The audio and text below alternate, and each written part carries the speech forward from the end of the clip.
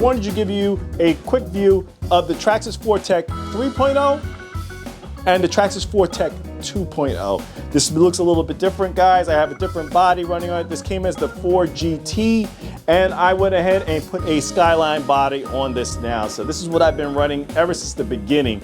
So go back and watch those videos. As I said, the videos to all of these videos on this car are in the links below, guys. But let's go through it. You guys hopefully can see the size differences between the two. Has nothing to do with this body. I'll take the two bodies off and you can see what they look like underneath. But for the most part, you can see the size difference or the length difference between the two cars. I'm gonna show you, this is probably gonna be the last time I'm gonna show you these two bodies on. I'll show it to you off so you guys can get a better. Here we are, guys. 3.0, 2.0. This is the body mounting system I was talking about, and this has allowed me to put the Skyline body that you're seeing on the car now.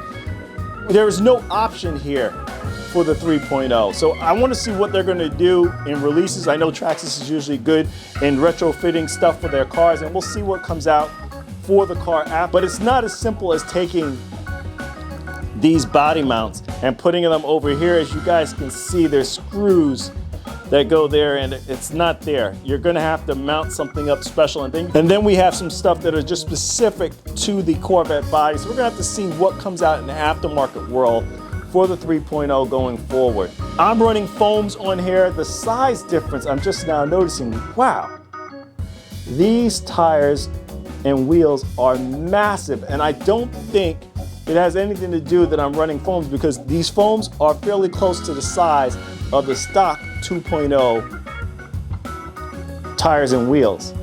But you guys can see what I got going on here. I have the links that I talked about already installed on the 2.0, and that will be coming on the 3.0. I'm still running the stock shocks and springs. Nothing has changed there, and the same shock oil is being run in the 2.0.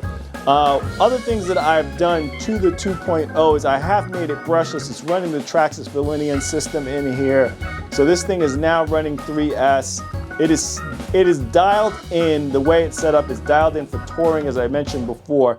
And you can see the placement of the electronics. It is identical to where it is on the 2.0 versus the 3.0.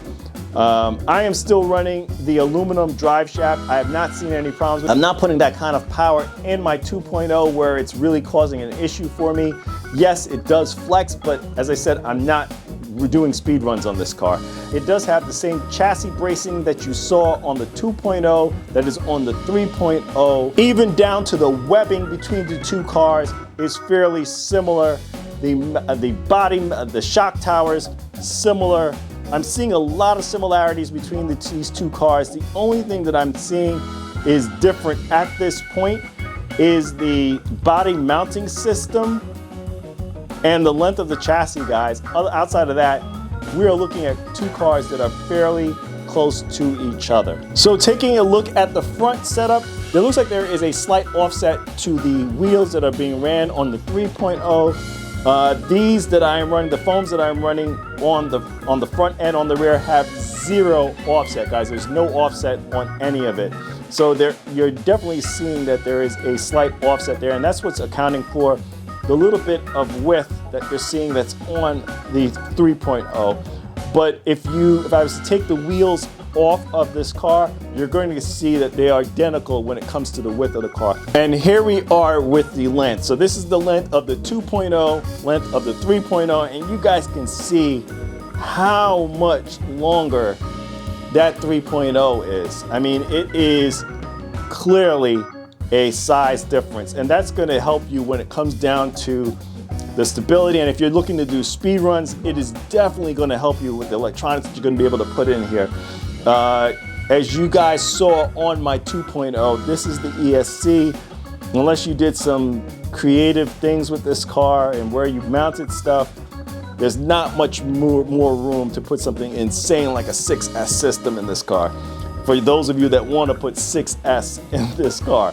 But you can definitely be creative on the 3.0. Now the motor mounting system may be your challenges, but you can be creative with the 3.0. With the 2.0, you're very limited in space and where everything is. But for what I wanted to show you guys on most of this is that a lot of the 2.0 parts are going to work on the 3.0. I mean, it's just that clear as to what I'm seeing here. I mean, the only thing that I can see clearly off the bat that is not going to work between the two is going to be the center drive shaft. That won't work. That won't transfer over between the two cars. Anything on the front clip and on the rear clip, it's going to work, guys. So if you're planning on, you know, if you're trying to look for parts for the 3.0, it looks like the parts are interchangeable, similar to what I did with the links. The links are interchangeable, the springs are interchangeable, and those are the things that I want to change out, and definitely the sway bar is going to be able to work on this. Next up for this baby is going to be the build video. Stay tuned, guys.